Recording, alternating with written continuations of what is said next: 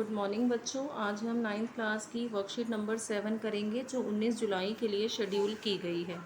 आज की वर्कशीट में हमें रैखिक समीकरण के बारे में समझाया गया है। शुरू करते हैं वर्कशीट। नमस्कार छात्रों, आज हम रैखिक समीकरणों के बारे में चर्चा करने जा रहे हैं। एक ऐसा गणितीय कथन जिसमें बराबर चिन्ह का प्रयोग किया जाता है। एक गणित का कथन जिसमें बराबर लग जाए, ठीक है। बराबर चिन्ह का जब प्रयोग होता है तो वो क्या बन जाता है? समीकरण बन जाता है। एक चर वाले रैखिक समीकरण को मुख्यतः ax प्लस बी बराबर में 0 से दर्शाया जाता है। ये एक चर वाले रैखिक समीकरण है, ax प्लस बी बराबर में 0। इसमें एक चर कौन सा है? x, ठीक है। और a और b क्या है? a और b वास्तविक संख्याएं हैं। a और b की कोई भी वास्तविक वैल्यू हो सकती है, मान हो सकता है। a जो है वो 0 के इक्वल कभी भी नहीं होगा, तभी ये एक चर वाला रैखिक समीकरण बनेगा, ठीक है। जहाँ पे इस x की जो घात है वो कितनी है? 1 है, ठीक है। तो a जो है वो नॉट इक्वल टू 0 है, यानी कि a का मान 0 नहीं हो सकता। तो x क्या है? ये एक चर राशि है जिसका केवल एक ही हल होगा। इसमें रैखिक समीकरण में चर की अधिकतम घात, जो रैखिक समीकरण होते हैं उसमें चर की घात कितनी होती है? 1। ये जो ax प्लस बी है इज इक्वल टू 0, इसमें x की अधिकतम घात क्या है? 1। तो ये रैखिक समीकरण वही कहलाएगा जिसमें चर की जो घात है वो क्या होगी? 1 होगी, ठीक है। जैसे आपको इसके उदाहरण दिए गए हैं, 5x घटा में 3 बराबर में 7।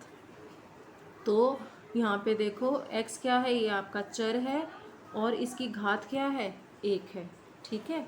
ये है आपका बायां पक्ष, बाईं तरफ लिखा है 5x घटा में 3, और ये है आपका दायां पक्ष, दाईं तरफ लिखा है, ठीक। आगे पढ़ते हैं।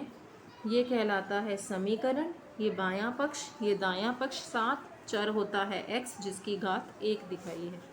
यदि आपको लॉकडाउन में आपके द्वारा लगाए गए पौधों की संख्या के दुगने में 3 जोड़ने पर 9 प्राप्त होता है, तो बताइए आपने कुल कितने पौधे लगाए। आपको जितना हमने पढ़ा इसमें क्या ध्यान रखना है कि जो रैखिक समीकरण होगा उसमें चर की अधिकतम घात हमेशा क्या रहती है? 1 रहती है, ठीक है।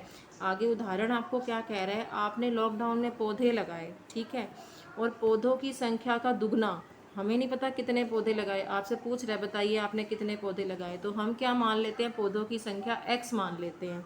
फिर आपसे कह रहा है पौधों की संख्या के दुगने में, दुगना कैसे हो जाएगा? इसको 2 से गुणा कर दें। पौधों की संख्या के दुगने में क्या जोड़ दें? 3 जोड़ दें। 3 जोड़ दें तो आपको क्या मिल जाता है? 9 प्राप्त हो जाता है, 9 प्राप्त हो जाता है, ठीक है। तो मैंने बराबर में 9 लिख दिया। अब वो कह रहा है कितने पौधे लगाए, हमने कितने माने थे? x लगाए। इसको हम हल कर लेते हैं। 2x को हम यहीं रख लेते हैं और 3 को हम उधर ले जाते हैं। जब हम 3 को उधर लेके जाएंगे, बाएं पक्ष को दाईं तरफ लेके जाएंगे, जमा का चिन्ह किस में बदल जाता है? घटा में। तो 9 में से 3 गया 6, 2x बराबर में 6। ये 2 और x के बीच में किसका निशान है? गुणा का चिन्ह होता है, ठीक है। तो मैं x का मान कैसे निकालूंगी? x का मान निकलेगा 6 बटा में 2, 2 एकम 2, 2 तिया 6। तो 3 पौधे लगाए। कितने लगाए? 3। ये आपको यहाँ समझाया जा रहा है। अतः 2x जमा 3 बराबर में 9, 2x आ गया 9 घटा में 3, 2x बराबर में 6, और x का मान कितना हो गया? 3 हो गया। यहाँ पे आपको ये सब करके बताया है इस उदाहरण में। तो आपने कितने पौधे लगाए? 3 पौधे लगाए, ठीक है। आगे बढ़ते हैं। क्या x घटा में 3 बटा में x जमा 5 बराबर 3/4 एक चर वाला रैखिक समीकरण है? बताओ, क्या ये एक चर वाला रैखिक समीकरण है? तो हम इसको हल करके बता सकते हैं, ऐसे नहीं बता सकते। तो क्रॉस मल्टीप्लिकेशन करनी सीखी है आपने छोटी क्लास में, जिसे व्रजगुणन भी बोलते हैं, वही इसमें करेंगे हम। क्या लिखा हुआ है? ये x घटा 3 और x घटा 3 बटा में x जमा में 5 बराबर में 3 बटा में 4। क्रॉस मल्टीप्लाई करो ऐसे, 4 x घटा 3 से गुणा हो जाएगा और बराबर, यहाँ बराबर का साइन है ये, ठीक है। इक्वल टू में 3 गुणा हो जाएगा x जमा 5 से। अगर हम 4 को x घटा 3 से करें तो हमें क्या मिलेगा? 4x घटा में 12, ठीक है। और अगर हम 3 को बराबर का साइन लगा के 3 को x जमा 5 से करें तो क्या मिलेगा, ये मिलेगा हमें 3x जमा में 15, 3x जमा में 15। देखो यही लिखा हुआ है 4x घटा में 12, ये बराबर का साइन है, वर्कशीट में मिस्टेक हो गई है ये, और यहाँ आएगा 3x जमा में 15। ठीक है, अब यहाँ से कैसे सॉल्व होगा, इसके बाद ये आप कर लेना इसमें करेक्शन, यहाँ भी बराबर आएगा और यहाँ भी बराबर आएगा। ठीक है, अब 3x को जब हम इस दाएं पक्ष को बाईं तरफ लेके जाएंगे तो यहाँ जमा 3x है, इसके आगे घटा आ जाएगा और यहाँ बराबर का साइन है फिर से ये। और जब हम 12 को उधर लेके जाएंगे तो 12 के आगे घटा का साइन है, यहाँ पर ये घटा है तो ये घटा किस में बदल जाएगी, जमा में। ठीक है, घटा वाला जमा हो जाता है, जमा घटा चिन्ह बदलते हैं, तो ये आ गया 4x घटा 3x, यहाँ आ गया 12 जमा 15। 4x में से 3x गया, 4 में से 3 गया, 1 आता है, तो 1 लगाने की ज़रूरत नहीं है, x के आगे हम 1 को समझ ही लेते हैं कि हाँ 1 ही है। तो x बराबर में 15 जमा 12 कितने हो गए, 27, ये इक्वल टू है यहाँ x बराबर में 27। ठीक है, यहाँ भी बराबर, यहाँ भी बराबर और यहाँ भी ये बराबर के साइन है, ये करेक्शन कर लेंगे, ये आ गया x बराबर में 27। ठीक है, इधर भी बराबर कर सकते हैं। अब इस 27 को मैं इधर लेके आई तो ये हो गया x घटा 27 बराबर में 0। ये एक चर वाला रेखिक समीकरण बन गया और x की घात क्या आ गई, यहाँ पर 1 आ गई। यहाँ देखिए आपको क्वेश्चन दिए गए हैं, स्वयं प्रयास करें, निम्न समीकरणों को हल करके पता लगाएं कि वह एक चर वाले रेखिक समीकरण है या नहीं। ये आपको 4 क्वेश्चन दिए गए हैं, आपको बताना है कि ये एक चर वाले रेखिक समीकरण है कि नहीं। आपको देखो पहला पार्ट इसमें ये दिया हुआ था m घटा में 5 बटा m जमा 7 बराबर में 3 बटे में 2, तो इसको हमने क्रॉस मल्टीप्लिकेशन से हल करके बताएंगे कि ये रेखिक समीकरण एक चर वाला है या नहीं। तो 2 उधर चला जाएगा, m घटा 5 से गुणा हो जाएगा और 3 के साथ m जमा 7 से गुणा होगा, ये आ जाएगा 2 को m से गुणा करेंगे 2m घटा में 2 पंजे 10, इधर आएगा 3m, जमा का साइन तो जमा लगाएंगे, 3 सता 21। ठीक है, अब यहाँ पे -10 है, 21 को इधर लेके आएंगे तो -21 हो जाएगा और यहाँ है 3m और 2m को उधर लेके जाएंगे तो घटा में आ जाएगा। 3 में से 2 गया तो 1m, 1 लगाने की ज़रूरत नहीं होती, m आ गया, -10 और -21 जुड़ के -31 हो गई। जो माइनस माइनस वाले पूर्णांक होते हैं वो जुड़ करके चिन्ह तो माइनस का आता है लेकिन आपस में जुड़ते हैं, 10 और 21 जुड़ के 31 आएगा, चिन्ह माइनस का आएगा।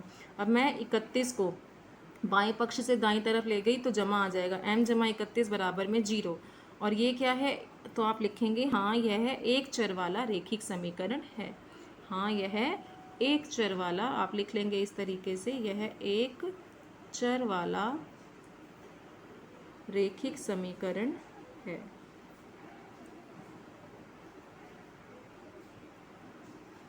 क्यों है, क्योंकि यहाँ पर जो है m की जो घात है वो 1 है। ठीक है, m एक चर है जिसकी घात 1 है, तो ये हमें रेखिक समीकरण मिल गया।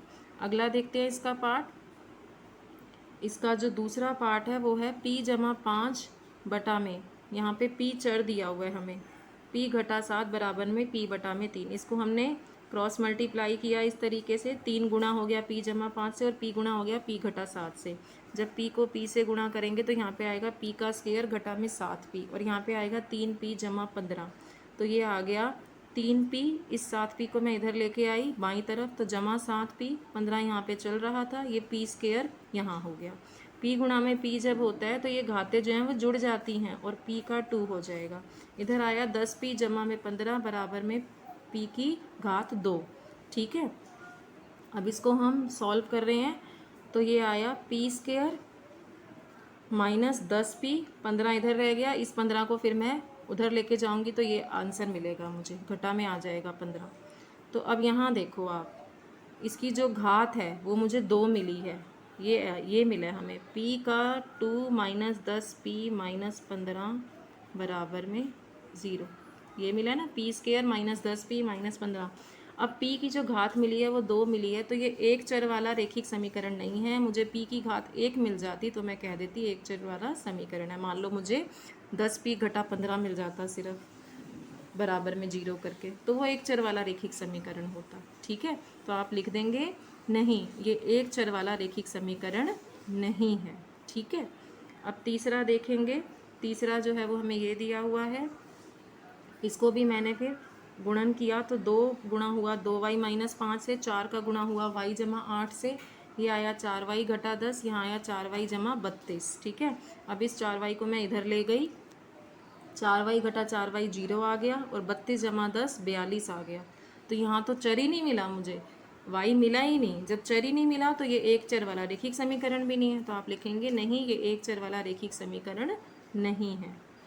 इसी का चौथा जो भाग था वो हमें ये दिया हुआ था। ठीक है, अब मैंने इसमें भी क्रॉस मल्टीप्लाई किया, y को मैं उधर ले गई और मैंने इसको x जमा 3 से गुणा कर दिया। ऐसे ही 2x को मैंने y जमा 5 से किया, हल किया तो यहाँ मिला xy जमा 3y, यहाँ मिला 2xy जमा 10x। ठीक है, अब इस 3y घटा 10x को हम इधर ले गए और इस xy को मैं उधर ले गई, तो घटा xy आ गया 2xy के साथ, 2 में से एक xy गया तो एक xy मिला, यहाँ 3y घटा 10x। अब ये जो हमें समीकरण मिला इसमें तो x और y दोनों मिल गए गुणा में, दो चर मिल गए, एक x मिल गया और एक y मिल गया। दो चर वाले तो रेखिक समीकरण होते ही नहीं है, एक चर होना चाहिए। या तो ये सारा जो समीकरण है या सिर्फ x में होता या सिर्फ y में होता। तो ये मैंने इसको आगे और सॉल्व करके लिखा है, 10x और 3y को मैं उधर ले गई हूँ तो 10x तो जमा में हो जाएगा और 3y घटा में हो जाएगा। ठीक है, नहीं, ये एक चर वाला रेखिक समीकरण नहीं है। क्यों नहीं है? क्योंकि यहाँ पे हमें दो चर मिले हैं, x और y दोनों मिल गए। ठीक है, आगे देखो, आपको उदाहरण दिया हुआ है, आपके चकोर मास्क का परिमाप 53 सेंटीमीटर है। परिमाप क्या होता है? आपने इसकी यहाँ से लंबाई जोड़ ली, फिर चौड़ाई जोड़ ली, फिर से लंबाई जोड़ ली और फिर से चौड़ाई जोड़ ली। या तो ये मीटर में मिलेगा या सेंटीमीटर में मिलेगा। मास्क छोटा होता है तो सेंटीमीटर में ही मिलेगा ना। तो चकोर मास्क का परिमाप है ये 53 सेंटीमीटर। इसकी चौड़ाई जो है वो है 9.5, 9 और हाफ 9.5 हो गई ना, 9.5 सेंटीमीटर है। तो इसकी लंबाई क्या होगी? तो हमने लंबाई मान ली है, लंबाई हमें नहीं दी हुई थी, x सेंटीमीटर मान ली। जो परिमाप है ये आयत शेप में है। आयत का परिमाप क्या पढ़ते हो? 2 ब्रैकेट में पढ़ते हो आप लंबाई जमा चौड़ाई। और ये फार्मूला कैसे आता है? 2 बार लंबाई जुड़ती है और 2 बार चौड़ाई जुड़ती है, इससे आता है। ठीक है, तो 2 गुणा में लंबाई जमा चौड़ाई, ये फार्मूला होता है परिमाप का। अब 2 गुणा में लंबाई मान ली x, लंबाई की जगह लिख दिया हमने x, लंबाई की जगह हमने यहाँ x लिखा, चौड़ाई की जगह हमने 9.5 लिखा। 9.5 को हम कैसे सॉल्व करते हैं? 2 को 9 से गुणा करके और जमा 1 कर देते हैं। 2 9 18, 18 और 1 19/2 आ गया। ठीक है, अब जब हम इसको सॉल्व करेंगे, x के नीचे हम हर को 1 मान लेंगे, तो 2 और 1 का जो लघुत्तम समापवर्ती है वो 2 आएगा, 2x जमा 19। अब 2 से 2 कट गया यहाँ और ये मिला 2x जमा 19। ये क्या दिया हुआ है हमें? परिमाप दिया क्या हुआ है? परिमाप उसने खुद ही क्वेश्चन में 53 सेंटीमीटर दिया है और हम ये परिमाप निकाल के बैठे हैं, तो इसलिए हम परिमाप को 53 सेंटीमीटर के बराबर में रख देंगे। 19 उधर जाएगा तो 53 घटा 19 कितना आ गया? 34 आ गया। इधर 2x है, गुणा हो रही है ये, तो 34/2 करके हमें 17 मिल गई लंबाई। ठीक है, 34/2 करके हमें 17 क्या मिल गई? लंबाई। चकोर मास्क की लंबाई 17 सेंटीमीटर है। आगे करते हैं, क्या दिया है हमें? निम्न समीकरणों के लिए कथन बनाइए और अपने दोस्तों से साझा कीजिए। यहाँ आपको समीकरण दे दिए हैं, इन समीकरणों के लिए आपको कथन लिखने हैं। देखो कैसे करेंगे इसको। देखो, पहला दिया था आपको ऐसे, x घटा 5 बराबर में 0। इसको कैसे लिख सकते हो? किसी संख्या x में से 5 घटाने पर 0 प्राप्त होता है। ये कथन लिख दिया, ये आंसर है पहले का। ठीक है, ये लिख देना। फिर आपको दूसरा दिया x जमा 7 बराबर में 40, तो संख्या x और 7 का योग 40 है, ये इसका आंसर है। दूसरे का कथन ही तो लिखने थे, इनको हमें कथन के रूप में लिखना था। अब आपको तीसरा दिया हुआ है 2m जमा में 3 बराबर में 56, तो इसको लिखो संख्या m के दुगने में हमने जब 3 जोड़ा तो हमें 56 प्राप्त होता है। ये तीसरे का कथन लिख दिया। आपको चौथा दिया है y बराबर में 1/5x, तो लिखेंगे एक संख्या x का 5वां भाग क्या है? y है। फिर उसके बाद हम लिखेंगे 5वां, x घटा 3/6 बराबर 1/2, तो मैं 6 को उधर ले गई। जब मैं 6 को उधर ले गई तो 6/2 हो गया, ये हो गया 2 एकम 2, 2 तिया 6, 3 मिल गया मेरे को यहाँ। ठीक है, क्या मिल गया? x घटा में 3 बराबर 3, ऐसे मिल गया। इसको मैं क्या लिख सकती हूँ? इसको लिख सकती हूँ, देखो, किसी संख्या x में से 3 घटाने पर 3 प्राप्त होता है। ठीक है, उसके बाद आपको छठा दिया हुआ है, ये इसका आंसर है। किसी संख्या x में से 3 घटाने पर 3 प्राप्त होता है। ये मैंने कट किया हुआ, ये गलती हो गई है, तो यहाँ पे ये हमें आंसर मिलेगा जिसको हमने कथन के रूप में ये लिख दिया। ठीक है, आपको इसमें छठा भाग दिया हुआ था 2x जमा 9 बराबर में 27। तो संख्या x के दुगने में 9 जोड़ने पर क्या प्राप्त होता है? 27 प्राप्त होता है। ये इसका लास्ट था, ये प्रश्न भी हो गया। ये वर्कशीट यहाँ कंप्लीट हुई। अगर मेरा वीडियो अच्छा लगे तो मेरे चैनल को लाइक एंड सब्सक्राइब करें। Thank you for watching my video.